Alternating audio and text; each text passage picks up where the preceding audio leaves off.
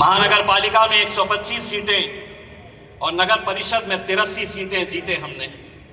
उसमें आप लोगों का भी हाथ है, क्योंकि मुझे पूरा यकीन है कि जिस दिन नतीजे आ रहे थे उस दिन दुआओं के लिए आपके भी हाथ उठे थे कि या अल्लाह मजलिस को कामयाब कर दे।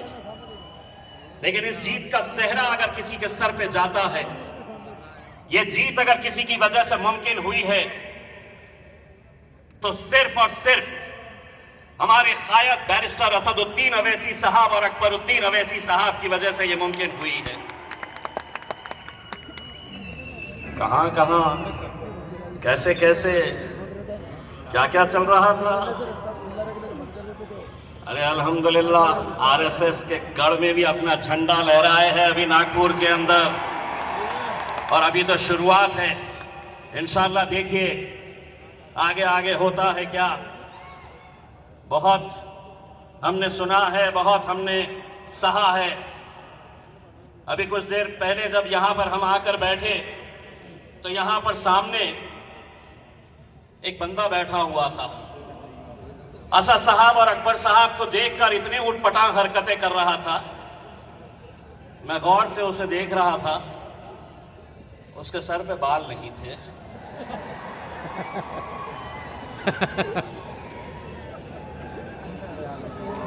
नहीं, वो बोलना असद भाई इसलिए जरूरी है। मैं बोला कैसा आ गया हमने वहां से यहाँ पे। और हमारे मजलिस के जिम्मेदार, कितनी गलत बात है, उसको उठाकर लेकर चले गए, यहां से उठा के वहां पे बाहर लेकर चले गए। रुकना था। अपन जाएंगे ना सब जने यूपी जाएंगे और वहां पर जाकर अपने बालों पर वहां जाकर असद भाई महाराष्ट्र हो गया है इलेक्शन, तेलंगाना हो गया है इलेक्शन।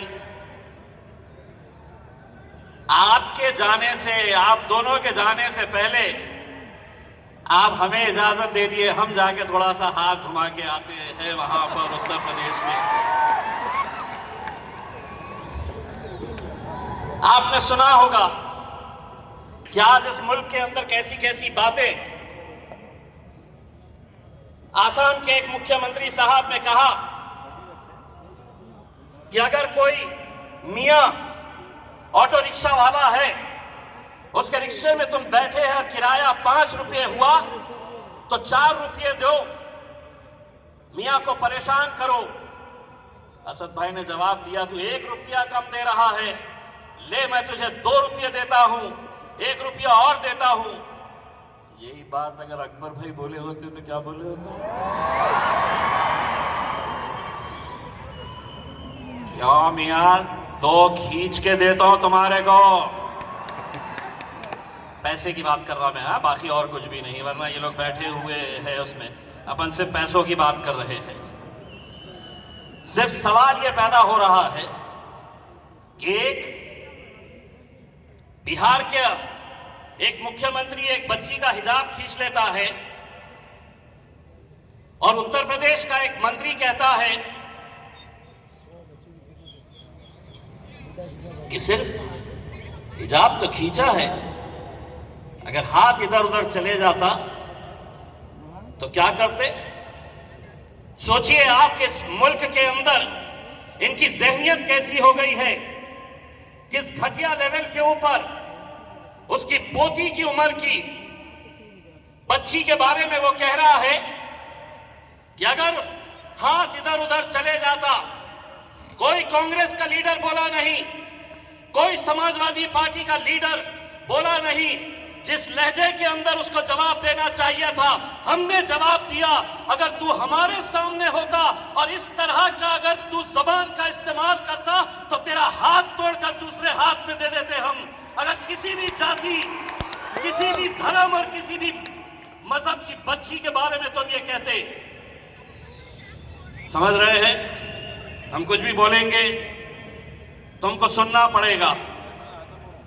नहीं, हम कोई दूसरी सियासत जमात को मानने वाले नहीं है, हम शेरों की जमात से ताल्लुक रखने वाले हैं।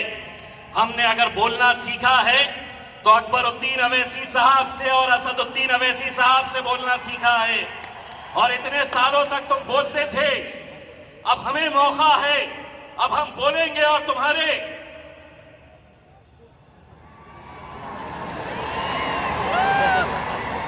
देखिए मरहूम शायर ने क्या खूब कहा था, मजा तो तब है कि जो बोलना है। राहत इंदौरी साहब का वो शेर, आधा मैं बोलता आधा आप लोगों ने बोल देना, ये लोग अपना कुछ नहीं कर सकते हैं क्योंकि कानून सबूत मांगता है मेरे भाई।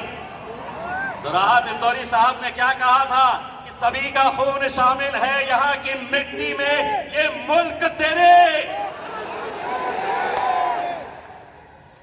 हैदराबादी है, आवाज वहां तक जानी चाहिए। कहां तक? भाइयों और बहनों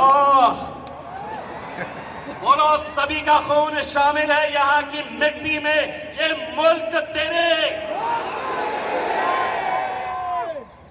करो रिकॉर्ड, कुछ नहीं आने वाला आपके हाथ में बाबा जी का ठुल्लू मिलता है। बोलेंगे आप ही और हमने सुनते रहना। अब हम समझ गए हैं कैसा बोलना, आधा हम आधा ये, कुछ नहीं मिलता है। मेरे भाई, मैं आप लोगों से सिर्फ इतनी इल्तिजा करना चाहता हूं कि जिस जमात से हम सभी लोग जुड़े हुए हैं, उसने हमें बोलना सिखाया, हक के लिए लड़ना सिखाया। आज कितना फख्र होता है हमें जब बैरिस्टर असदुद्दीन अवैसी साहब पार्लियामेंट के अंदर अकेले बैठकर हुकूमत से आंख में आंखें डालकर सवाल करते हैं। बहुत अच्छा लगता है। लेकिन आज मजलिस को कमजोर करने के लिए, मजलिस को गिरता हुआ देखने के लिए कैसी कैसी साजिशें रची जा रही है, कैसे कैसे हथकंडे अपनाए जा रहे हैं। इसीलिए ये बात आप अच्छी तरीके से समझ लीजिएगा कि बाहर के दुश्मन तो बाहर है, वो भी मजलिस को कमजोर करना चाहते हैं। लेकिन आपको एक बात कहना चाहूंगा, जमाने में आए हो तो जीने का हुनर रखना, जमाने में आए हो तो जीने का हुनर रखना। गैरों से कोई खतरा नहीं, अपनों पे नजर रखना। मजलिस को कमजोर करने वालों में गैरों से ज्यादा कुछ अपने ही लोग हैं, जिन्हें अच्छा लगता है किसी और का झंडा और डंडा पकड़ना। लेकिन आज मजलिस की वजह से ये झंडा भी अपना है, डंडा भी अपना है। मोदी जी समझ रहे हैं कि ईवीएम हमारी है, हुकूमत हमारी है, पुलिस हमारी है, लेकिन आवाम हमारी है मेरे भाई। यकीनन आप लोगों ने जिस मजलिस को यहाँ पर पलता हुआ, बड़ा होता हुआ देखे हैं, आज पूरे हिंदुस्तान के अंदर मजलिस कैसे ताकत के साथ पहुँच रही है। मुंबई में 8 सीटें जीत कर लाना यकीनन अतीक सर मुबारकबाद के हकदार है।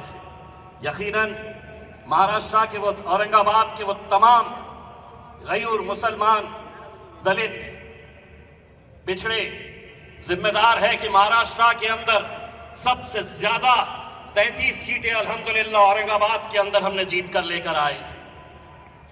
यह अल्लाह का लाख लाख करम है। मुमरा में 5 सीट का लेकर आ गए, सारों के पेट में दर्द शुरू हो गया। एक बात मैं असद साहब की मौजूदगी के अंदर ये गुजारिश करना चाहूंगा कि असद साहब, अगर हम किसी को गठ नेता बनाते हैं, किसी को पार्टी का नेता बनाते हैं और वो उस ओहदे के ऊपर जाकर अपनी मर्जी के हिसाब से फैसले लेता है, वो ये समझने लगता है कि मैं पार्टी से बड़ा हो गया हूं, पार्टी के फैसले मैं करूंगा। जैसा हमने अभी आकोट के अंदर देखा कि पार्टी का फैसले के खिलाफ जाकर वहां के गठ नेता ने किसी और का साथ दिया। अमरावती के अंदर एक हमारी मीरा कामड़े नाम की जीत कर आई मजलिस के नाम से, मजलिस ने उसे वोट दिया और फिर जाकर भारतीय जनता पार्टी का साथ दे दी। मैं असद साहब की इजाजत से यह कहना चाहूंगा कि ऐसे जितने भी दल्ले लोग हैं, इनको हम सोशल मीडिया के ऊपर इतना बदनाम करेंगे, सोशल मीडिया के ऊपर इनकी तस्वीरें लगाकर लोग इन्हें देखें और कहें ये दलाल जा रहा है, ये कौम का बिकाऊ जा रहा है, वरना इतनी मेहनतों के साथ लोग जिता कर लेकर आते हैं और देखिए फिर कैसे कैसे हथकंडे चंद रुपयों के लिए ये कर देते हैं। हिसाब सबका लिया जाएगा, किसी को इंशाअल्लाह बख्शा नहीं जाएगा। मैं असद साहब, अकबर साहब से सिर्फ इतनी इल्तिजा करना चाहूंगा, ये जितने भी हमारे कॉर्पोरेटर्स और काउंसिलर्स बैठे हैं, अकबर भाई, इनकी हैदराबाद आने की सबसे ज्यादा खुशी थी क्या है पता है? कि यहाँ पर आप दोनों साथ में खड़े रहेंगे और ये सब के सब को फोटो खींचने का आपके साथ मौका मिलेगा, ग्रुप फोटो खींचने का मौका मिलेगा। तालियां बजाओगे? तुम्हारी तरफ से पैरवी कर रहा हूं। ऐसे मौके ये हमारी खुशनसीबी है कि जिनको लोग देखने के लिए तरसते हैं, आज वो दोनों ही हमारे शेर हमारे सामने मौजूद है। हमारी फख्र है, हमारी शान है ये।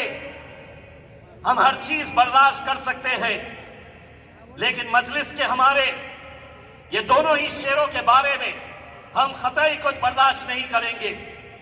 बस आप लोगों से यही इल्तिजा करने के लिए आए हैं हम कि अब ये सफर आगे बढ़ेगा, बहुत तेजी के साथ बढ़ेगा इंशाअल्लाह। अगर असद साहब ने हुक्म दिए, अपनी तो यूपी में ससुराल ही है भाई, मजा आएगा। वहां पे अपन तकरीर कम करेंगे और बालों में हाथ ज्यादा फेरेंगे। मैं सिर्फ असद साहब से, अकबर साहब से दरख्वास्त कर रहा हूं कि हमने पार्टी के अंदर बहुत कुछ फैसले लिए हैं। एक फैसला ये है कि हम महाराष्ट्र के अंदर पार्टी के रजिस्ट्रेशन ड्राइव हम स्टार्ट कर रहे हैं, मेंबरशिप ड्राइव हम स्टार्ट कर रहे हैं। ये मेंबर्स रजिस्ट्रेशन है, इसके ऊपर QR कोड है। ये QR कोड जो भी स्कैन करेगा, आने वाले 2 दिनों के अंदर हम अपने सोशल मीडिया के ऊपर अपनी वेबसाइट हम लॉन्च कर रहे हैं मजलिस महाराष्ट्र की। वहां पर आपको जाकर ये QR कोड स्कैन करना है और आपका नाम, आपकी पूरी डिटेल्स इसमें भरना है और आप बाज़ाब्ता लीगल मेंबर हो जाएंगे AIMIM के इंशाअल्लाह। ये सभी लोगों ने अगर साथ दिया तो 3 महीने के अंदर इंशाअल्लाह 10 लाख मेंबर्स बनाएंगे इंशाअल्लाह मजलिस इत्तेहादुल मुस्लिमीन के हम। बस यही उम्मीद करते हैं और इंशाअल्लाह आप लोग इसी तरह का साथ देते रहेंगे। जाते जाते सिर्फ इतना, तेरा मेरा रिश्ता क्या, तेरा मेरा रिश्ता क्या, तेरा मेरा रिश्ता क्या। बहुत बहुत शुक्रिया। इंतहाई अदब व एहतराम के साथ